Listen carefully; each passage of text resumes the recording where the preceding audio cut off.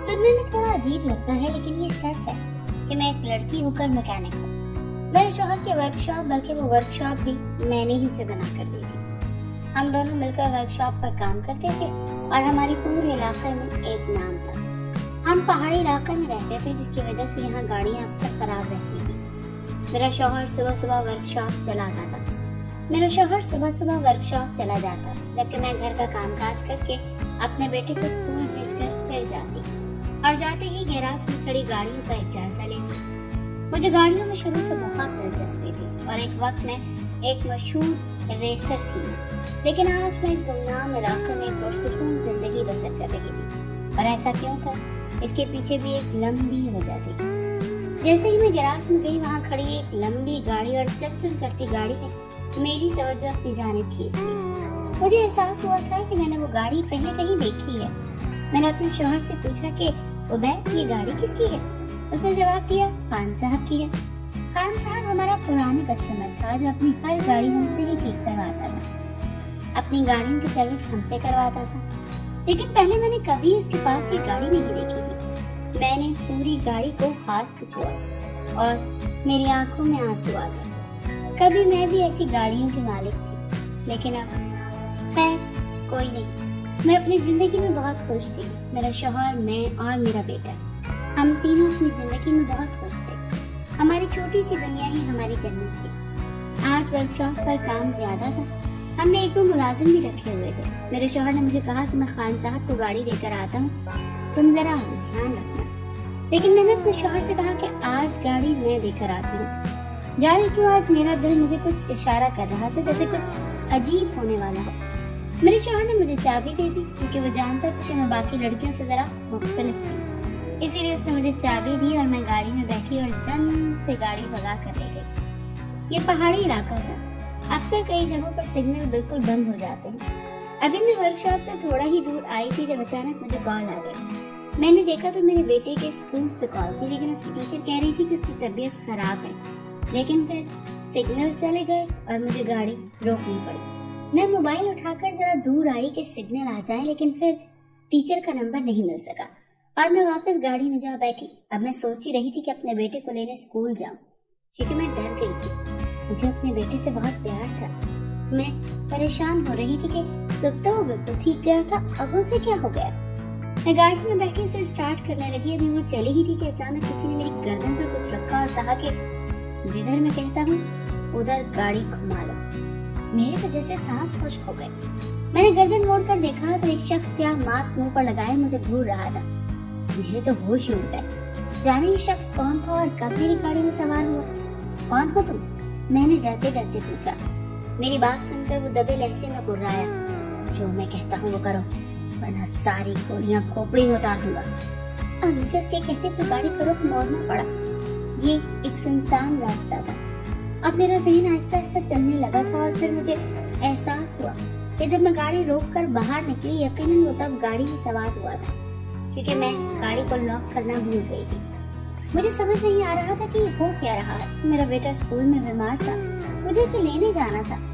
इस वक्त मैं जिस गाड़ी में थी ये किसी और की थी, मुझे वापस लौटानी थी। और अब ये शख्स, मुझे लगा शायद कोई चोर है और मुझसे गाड़ी छीनना चाहता है। मैंने हिम्मत करके कहा कि मुझे मेरे बेटे के स्कूल जाना है, वो बीमार है। लेकिन उसने मेरी गर्दन पर दबाव बढ़ा दिया और मुझे समझ आ गई कि अब मुझे चुप ही रहना चाहिए। जाने कब तक गाड़ी चलती रही और फिर एक फार्म हाउस के सामने जाकर रुक गई। पीछे बैठे शख्स ने कहा कि अपने हाथ ऊपर करो। मैंने हाथ ऊपर किया और उसने मेरे हाथ बांध दिए। उसके बाद उसने बाहर उतरकर गाड़ी का दरवाजा खोला और मुझे लेकर फार्म हाउस की तरफ बढ़ा। मैं चाहती तो भाग जाती, लेकिन मैं भाग सकती नहीं थी, क्योंकि मैं उस आदमी के निशाने पर थी। मुझे अंदर ले आया और मुझे कमरे में बंद कर दिया। कमरे में कोई खिड़की नहीं थी, लेकिन कमरा बड़ा खूबसूरत और साफ सुथरा था। अभी मेरी आफियत इसी में थी कि मैं चुप रहती और यहाँ से निकलने का प्लान सोचती। कमरे में वॉशरूम था और वहाँ भी कोई रोशनदान नहीं था। मेरे हाथ तो बंधे थे पर पाँव खुले थे और हाथ भी पीछे की जाने बंधे थे, खोल भी नहीं सकती थी। वो आदमी बाहर से दरवाजा लॉक करके चला गया। कमरे से आवाज भी बाहर नहीं जा सकती थी और वो मेरा मोबाइल भी ले गया। अब मुझे रोना आ रहा था। मेरा बेटा बीमार था और मैं उसके पास नहीं थी। जाने वो किस हालत में होगा और जाने उसकी तबीयत ठीक भी होगी या नहीं। मैंने अपने हाथ खोलने की कोशिश की लेकिन मैं नाकाम रही और फिर जाने कितना वक्त गुजर गया। मैं अपने बेटे के लिए दुआएं करती रही और मैं अब समझ गई थी कि वो आदमी कोई चोर नहीं था, बल्कि वो मुझे अगवा करके लाया था। पर उससे मेरी क्या दुश्मनी थी, मुझे तो कुछ समझ नहीं आ रहा था। और फिर वो रात को वापस आया। उसने दरवाजा खोला और उसके हाथ में खाना था।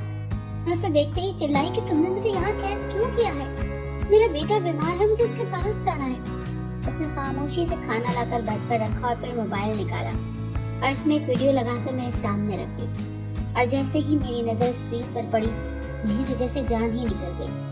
स्क्रीन पर मेरे बेटे का चेहरा नजर आ रहा था, जो कि रो रहा था और कभी मुझे तो कभी अपने बाबा को बुला रहा था कि मुझे आकर बचाओ। उसे देखते ही मैं तड़प उठी। ज़ैन मेरे बच्चे, छोड़ो मुझे, जाने दो। मैं रोने लग गई थी। उन्होंने मेरे बेटे को भी अगवा कर लिया था। वो बीमार था, उसे मेरी जरूरत थी। और जाने ये कौन लोग थे जो हम माँ बेटे को अलग कर रहे थे। मुझे रोता देखकर वो आदमी बोला कि अगर अपने बेटे से मिलना चाहती हो तो भागने का सोचना भी मत। मैं हाथ खोल रहा हूँ, खामोशी से खाना खाओ और जैसा मैं कहूँ वैसा करती रहो। अब मैं चाहकर भी भाग नहीं सकती थी और मेरे आंसू बंद ही नहीं हो रहे थे। इन जालिमों के कब्जे में मेरी जान थी। मेरा बेटा जो फूलों से भी नाजुक था, उसके साथ मुझे अपने शौहर का ख्याल भी आ रहा था, जो पागलों की तरह हमें ढूंढता फिर रहा था। या अल्लाह, ये कैसी मुश्किल डाल दी है उस पर। मैं तड़प उठी थी। मुझसे उसकी हालत में देखा नहीं जा रहा था और इस हालत में खाना तो बिल्कुल भी नहीं खाया जाना था। पर फिर भी मैंने 2 नवाले लगाए ताकि मैं अपने बेटे से मिल सकूं। मुझे खाना देने के बाद वो आदमी कमरे से चला गया और दरवाजा बंद कर दिया। मैं सारी रात उसका इंतजार करती रही और रोती रही, लेकिन वो नहीं आया। मेरे जहन से मेरे बेटे का ख्याल जा ही नहीं रहा था। जाने किस टाइम रोते रोते मेरी आंख लग गई और ख्वाब में भी मुझे अपना बेटा रोता हुआ ही नजर आया। उसकी हालत बुरी थी और वो मामा मामा करके मुझे पुकार रहा था। मैं तड़प कर उठ बैठी। शायद फजर का वक्त था। मैं उठ कर वुज़ू किया और नमाज पढ़ी और फिर सिद्के दिल से अपने बच्चे की सलामती के लिए दुआएं करने लगी। और फिर कुछ देर बाद कमरे का दरवाजा खुला। उस आदमी को देखते ही मैंने मिन्नत की कि खुदा का वास्ता मुझे मेरे बेटे से मिलवा दो। उसने मेरी बात सुनकर कहा कि चलो हमें निकलना है। और उसकी बात सुनकर मैं तेजी से उसके साथ चल पड़ी। बाहर अभी भी वही गाड़ी खड़ी थी कि मैं वापस जिसे करने जा रही थी। उसने मेरी आंखों पर कपड़ा बांध दिया और फिर तकरीबन घंटे का सफर तय करने के बाद वो मुझे जाने की जगह पर ले आया। और जब मेरी आंखें खोली तो हर तरफ टैंकर ही टैंकर नजर आ रहे थे। और फिर जो नजारा मेरी आंखों ने देखा, उसने मेरी रूह को लरजा दिया। सामने मेरा बेटा रस्सियों से बंधा लटका था। मैंने दिल दहला देने वाली चीख मारी और अपने बेटे की तरफ भागना चाहा, पर वहां खड़े आदमियों ने मुझे पकड़ लिया और मुझे एक टैंकर से बांध दिया। मैं तड़प कर अपने बेटे को आवाजें देने लगी, ज़ैन मेरे बच्चे, आंखें खोलो। पर शायद वो बेहोश था। उससे मेरी आवाज सुनाई ही नहीं दे रही थी। कौन हो तुम लोग? क्या चाहते हो हमसे? क्यों बांध कर रखा है हमें यहाँ? मैं गुस्से से चिल्लाई। अपने बेटे की हालत देखकर मेरा दिमाग खुल गया। सब मैंने किया है। और फिर एक आवाज उठी। उसके साथ एक शख्स अंदर दाखिल हुआ और उसे देखकर मेरे होश उड़ गए। पापा, मेरे मुंह से बेख्तियार फिसला था। मुझे यकीन नहीं आ रहा था कि मैं उन्हें दोबारा देख रही थी जिनसे मैं 5 साल पहले सारे रिश्ते तोड़ आई थी। हाँ, मैं एक आम आदमी की बेटी नहीं थी, बल्कि एक बड़े बिजनेसमैन की बिगड़ी हुई औलाद थी, जिसे महंगी गाड़ियों का शौक था और मैं अपने वक्त की मशहूर रेसर थी।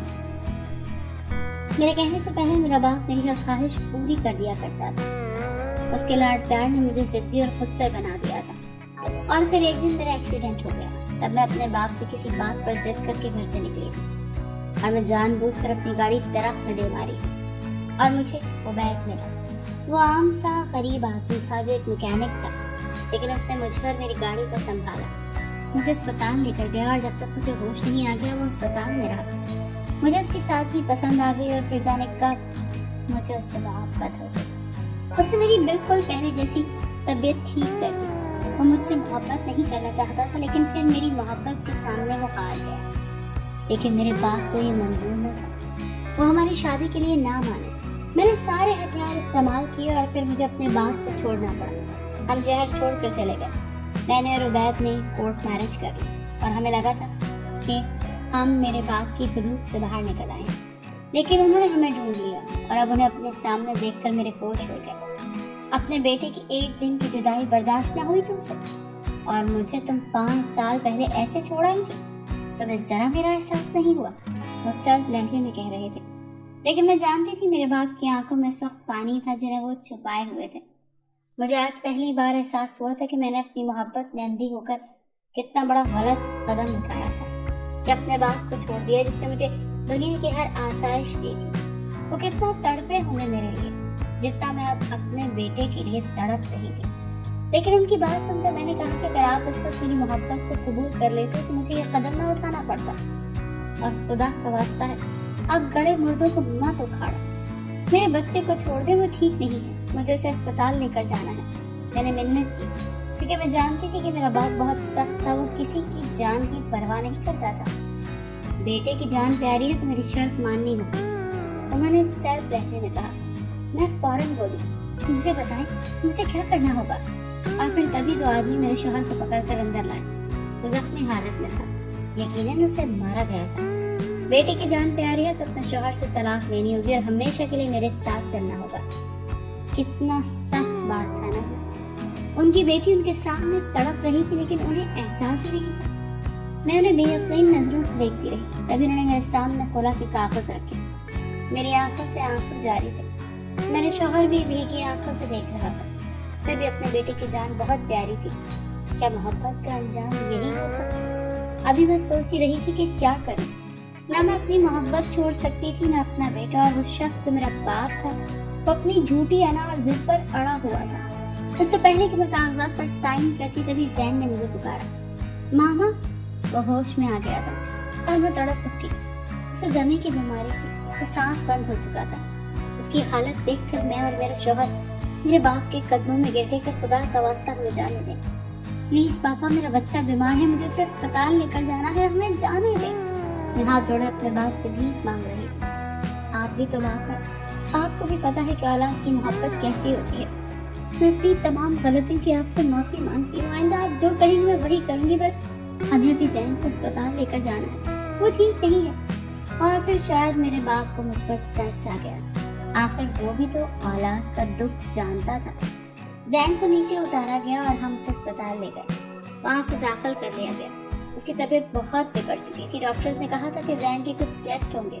वो बहुत कमजोर हो चुका था। और फिर 2 दिन बाद डॉक्टर ने हमें जो खबर सुनाई उसे सुनकर मैं और मेरा शौहर मुकम्मल तौर पर टूट गए। जैन के दिल में सुराख था, उसकी जिंदगी खतरे में थी। डॉक्टर जल्दी ऑपरेशन करना चाहते थे पर उन्होंने 25 लाख मांगा था, जबकि हमारे पास तो इतने पैसे नहीं थे। हम तो अपनी छोटी सी दुनिया में अपनी जरूरतों को पूरा कर रहे थे और उसी में खुश थे। मेरे शौहर ने ये खबर सुनकर मुझे कहा कि तुम फिक्र मत करो, मैं कुछ करता हूँ। उसने अभी सभी जानने वालों और दोस्तों को फोन किया लेकिन 2 लाख ही मिल सका। हमारे पास टाइम बहुत कम था, जबकि पैसे न होने के बराबर थे। हमें अपने बेटे की जान बहुत प्यारी थी और फिर हम इसी गम में एक दूसरे के साथ लगे रो रहे थे। जब अस्पताल में मेरे बाप ने अपने कदम जमाए, उन्हें बहुत से डॉक्टर्स जानते थे। सब उन्हें देखकर हैरान रह गए। उन्होंने डॉक्टर से कहा कि ऑपरेशन की रकम मैं दूंगा, जल्द से जल्द बच्चे का ऑपरेशन किया जाए। मैंने उनसे रकम देने से इनकार कर दिया। इस पर वो बोले कि मैं उधार दे रहा हूँ, वापस कर देना, और मैं रो पड़ी। मैं बेसाख्त उनके सीने से लग गई।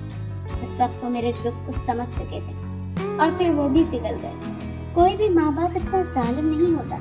हाँ, अलबत्ता वो वक्ती अना और जिद में अक्सर औलाद को दुखी कर देता है।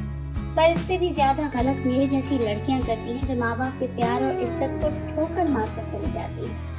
और अल्लाह ने आज मुझे मेरे बेटे के जरिए इस आजमाइश में डालकर सबक सिखाया था कि माँ बाप को कितना दुख होता है जब उनकी औलाद उनसे दूर हो या औलाद को कोई दुख हो।